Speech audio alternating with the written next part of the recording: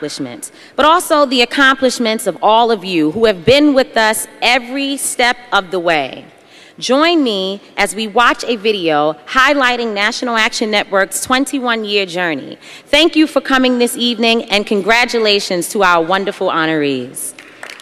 I have a dream that one day this nation will rise up and all men are created equal. Reverend Sharpton, I want to commend you for the National Action Network's commitment to fight injustice and inequality here in New York City and across America. They said, y'all dream too much, but let me tell you something. If you don't start with a dream, you won't wake up and do nothing.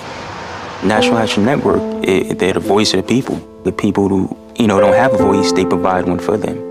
We need people like Al Sharpton who continue to hammer away at injustices.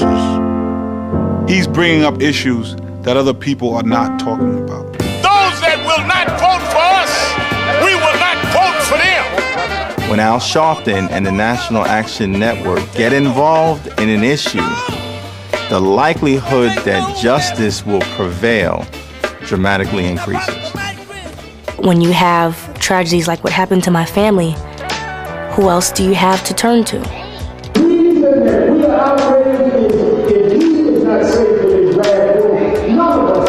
The Trayvon Martin shooting has sparked a national movement. We're rallying, we're keeping the fight alive until George Zimmerman is arrested and we get justice for Trayvon. His decisions to champion social justice are not a function of geography, ethnicity, color, but are really a function of what I would call his moral standing as to how he views the world. You say, I'm not accepting this because I know it doesn't have to be like this, and I won't accept it. This isn't the National Satisfaction Network, this is the National Action Network. Voting rights is under assault. Literally 5 million people, according to the Brennan Institute, may be disenfranchised. This is Human Rights and Civil Rights and Nonviolence Day. How you gonna meet on King Day and not talk about the stuff Dr. King stood for? This man is the truth. He's the truth. Al fights justice. When you're in trouble, Al Sharpton's your man. George Zimmerman has just been charged with murder. We just wanted an arrest, and we got it, and I say thank you. This is a validation for the great struggle and vision of Al Sharpton in developing the National Action Network. The groundbreaking things that he's doing is not for fame, is not for glory, it's for right. The voice for the voiceless. He has stood strong against the waves of hatred and bigotry. We are not each other's enemies. We're not each other's competition. We are not each other's adversary. It's a very important message. How does it ultimately resonate? We've got to be mature enough to say we can be passionate and we can have some firm feelings, but that we don't have to poison the atmosphere. If you do what civil rights groups like the National Action Network have always done, if you put your shoulder to the wheel of history, then we can move this country towards the promise of a better day. I want to commend you for the work that you've done over the last 2 decades to lift up not only the African American community, but the broader American family. That's what you're about. We're the children of dreamers that look biting dogs and fire hoses in the face and defy death, singing, "We shall overcome." If we lock arms like we did coming down Highway 80 and cooperate rather than compete, we can make America work for everybody.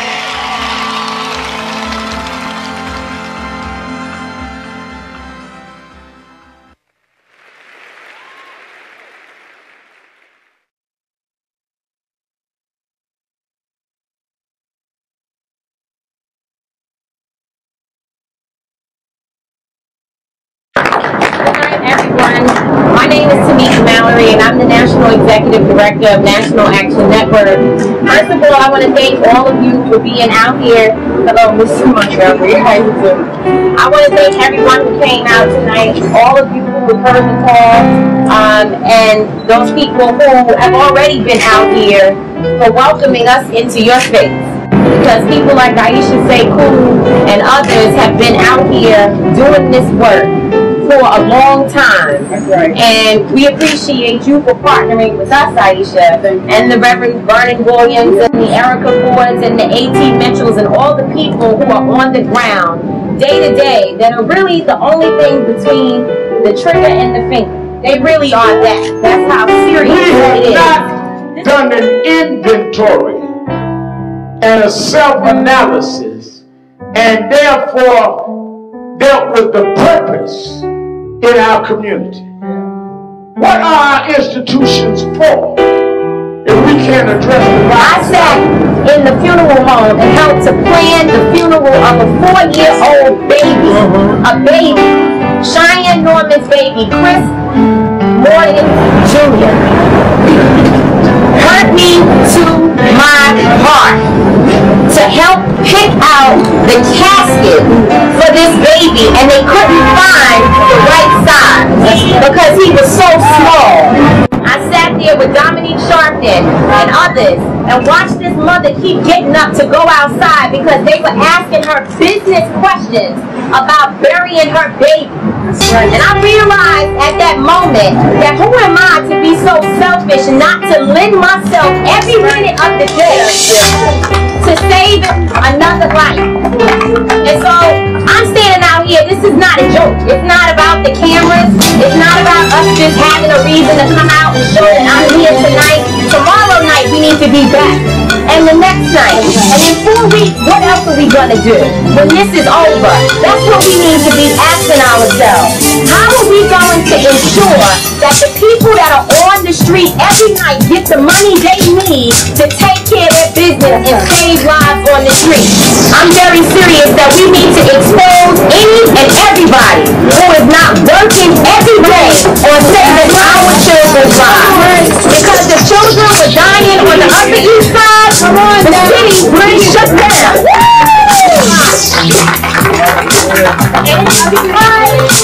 The kids look like us, and that's why it's acceptable. But it shouldn't be acceptable for us. And so that's what being on these corners is about. Reverend Sharpton said, if we can't get the picture that we got to get up off our behinds and stop sitting in our homes, let's go out to the corners and pull our people out. And that's why we're out here tonight. So I'm glad to see all of you out here on the night that people found out Reverend Sharpton was going to be here on this corner tonight. But tomorrow night, where are we going to be?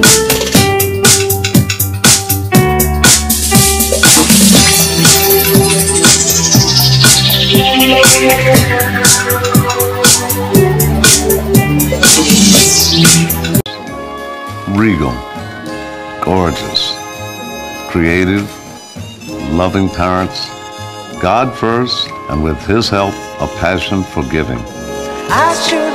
Over the last 20 years, we've watched Denzel grow. He's the hero of 1,000 Faces, one of the greatest actors of our time, a 5-time Oscar nominee, 2-time Oscar winner, and a critically acclaimed director. Pauletta Washington is a talented artist in her own right. This accomplished singer-musician was discovered by Julie Stein and has worked with the greats, Jerry Herman, Andrew Lloyd Webber, and Stephen Sondheim. Together, Pauletta and Denzel have made it their life's mission to give. Through the years, they've changed lives and restored hope for many through their support of a number of charitable organizations such as the Fisher House Foundation, United Negro College Fund, Love and Care Child Care Center, and the Boys and Girls Clubs of America, of which Denzel has been the national spokesperson since 1992. They are heavily involved in a movement to save Africa's children, nurturing and supporting young people, their minds, their well-being, and their future. I'm going to be a great gymnast in the Olympics. I'm going to be a great lawyer. I'll be a doctor and I'll find a cure for AIDS. It is my pleasure to welcome to the stage a force of nature. An elegant, charming diplomat. The co-chair of the Brain Trust. Pauletta has been at the helm of the Brain Trust, the fundraising arm that supports the research of world-renowned Cedars-Sinai neurosurgeon Dr. Keith Black. It is quite an honor to announce the Johnny L. Cochran Jr. Brain Tumor Center is a reality.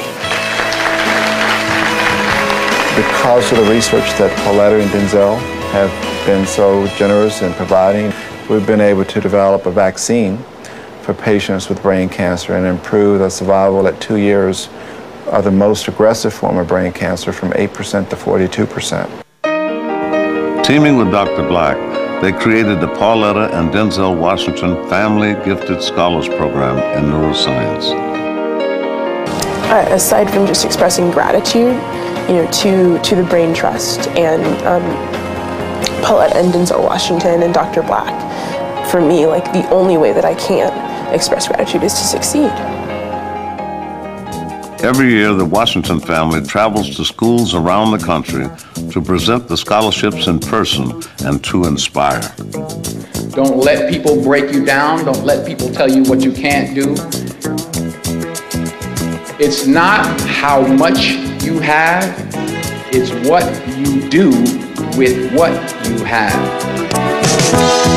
When I wake up in the morning, love, and the sunlight hurts my eyes. I, John David Washington, your firstborn son, want to thank you for living what you teach us. Bears heavy on me. It's more than just the people that they directly touch. It's the people that they inspire. Just one look at you. You both continue to be a shining light to the world, and congratulations. The Washingtons, they're our fam. They can't. That's corny. Hey, that's corny. Go on with the program. Thank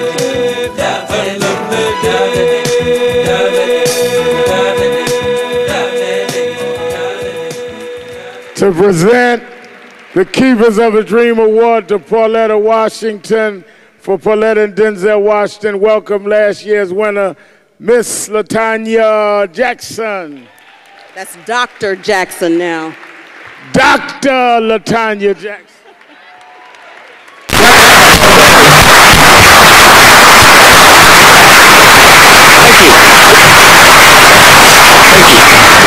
Well, good morning. And New York is in the house, folks. So let's get more specific. Queens, New York is in the house. There we go. Let's go Mets. Oh, come on now. There can't be any Mets haters here. Thank you very much, Reverend Al. I appreciate your kind words, and I'm especially grateful for your prayers and for your partnership, your friendship, and also for your tireless efforts to speak out for the voiceless, to stand up for the powerless, and to shine a light on the problems we must solve and the promises that we must fill. It's a privilege to join with you, Reverend Richardson, and with Executive Director Mallory, and so many distinguished religious leaders, elected officials, committed activists, and concerned citizens, and really kicking off the National Action Network's 14th Annual Convention. Now, I'm honored to be included in this annual gathering once again, and to bring greetings from a friend of mine, President Obama.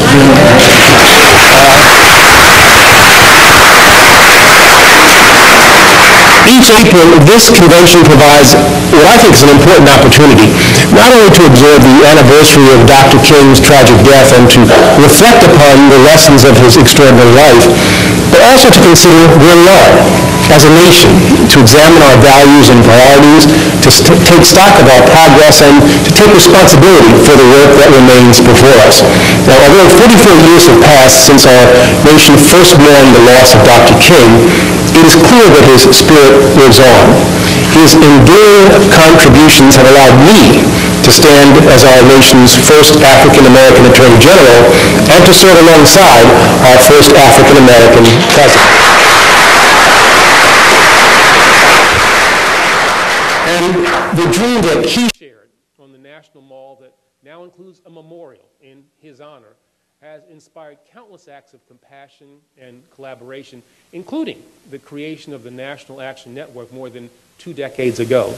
Now, since then, this organization's leaders, members, and supporters have been on the front lines of our nation's fight to ensure security, opportunity, and justice for all. Today, this work goes on in your demands that those in power and in your aspirations for those in need. It goes on in your efforts to safeguard civil rights, to ensure voting rights, to expand learning and employment opportunities, to strengthen our criminal justice system, to achieve fairness in our immigration and sentencing policies, and to prevent and to combat violence and crime, and especially among our young people. On each of these fronts, you all are carrying on and carrying forward the work of a leader who I believe does stand as America's greatest drum major for justice. A man of action and of faith whose example continues to guide us and whose words still have the power to comfort and to teach us, especially in moments of difficulty and consequence. Now, Dr. King was no stranger to such moments. Throughout his life, and most famously on the eve of his death, as he delivered the legendary mountaintop speech that would be his final sermon, Reverend King asked himself when, if given a choice of any period in time, he would choose to be alive. This question began with a journey through the ages. At each stop, whether Mount Olympus or ancient Rome, Lincoln's signing of the Emancipation Proclamation, or Roosevelt's call to fear, only fear itself, Dr. King asked himself what era he would choose to experience and to help shape. Well, his own, he ultimately decided, explaining that happiness comes from embracing the blessings and burdens of destiny and the opportunities that accompany living in times of unprecedented and even heartbreaking challenge. Only when it is dark enough, Dr. King said, can you see the stars. Well, today, once again, it is dark enough. Despite the extraordinary progress that has marked the last 4 decades and transformed our entire society, the unfortunate fact is that in 2012, our nation's long struggle to overcome injustice, to eliminate disparities, to bridge long-standing divisions, and to eradicate violence has not yet ended. And while we have not yet reached the promised land, I believe that today, once more, we can see the stars. We can see them in the courage and the commitment of ordinary people nationwide, of all ages, races, and backgrounds, who refuse to allow fear and frustration to divide the American people, who continue to fight for the safety and civil rights of all, and who in recent weeks, in the wake of a tragedy that we're struggling to understand, have called not just for answers and for justice, but also for civility and unity, and for a national discourse that is productive, respectful, and worthy of both our forebears and our children. Now, this conversation is critical. It must be consistently elevated and advanced, and not just in times of crisis. After all, our nation will be defined, and its future will be determined by the support that we provide and the doors that we open for our young people, and by the steps that we take not only to keep them safe and to seek justice on their behalf, but also to stamp out the root causes of violence, discrimination, disparity, and division. Now, these efforts could not be more important or more urgent, and as you'll discuss this week, that's especially true in African American communities. Now, just consider the fact that even though overall national crime rates are at historic lows, today the leading cause of death for young black men, those aged 15 to 24, is homicide. And that on average, 16 young people are murdered every day in our nation. How can our nation risk losing so many of tomorrow's leaders, teachers, artists, scientists, attorneys, and pastors? The answer, of course, is that we can't. Now, I know that many of you are greatly and rightly concerned about the recent shooting death of 17-year-old Trayvon Martin, a young man whose future has been lost to the ages. As most of you know, 3 weeks ago, the Department of Justice launched an investigation into this incident, which remains open at this time, and prevents me from talking in detail about this matter.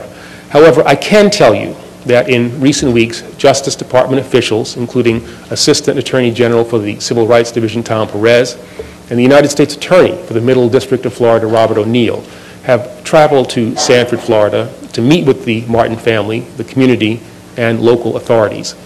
The FBI is assisting local law enforcement officials, and representatives from the Community Relations Service, the Justice Department's peacemakers, are continuing to meet with civil rights leaders, law enforcement officers, and area residents to address and to help alleviate community tensions.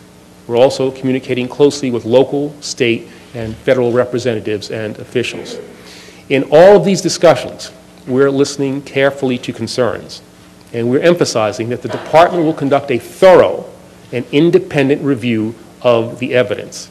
Now, although I cannot share where our current efforts will lead us from here, I can assure you that in this investigation, and in all cases, we will examine the facts and the law. If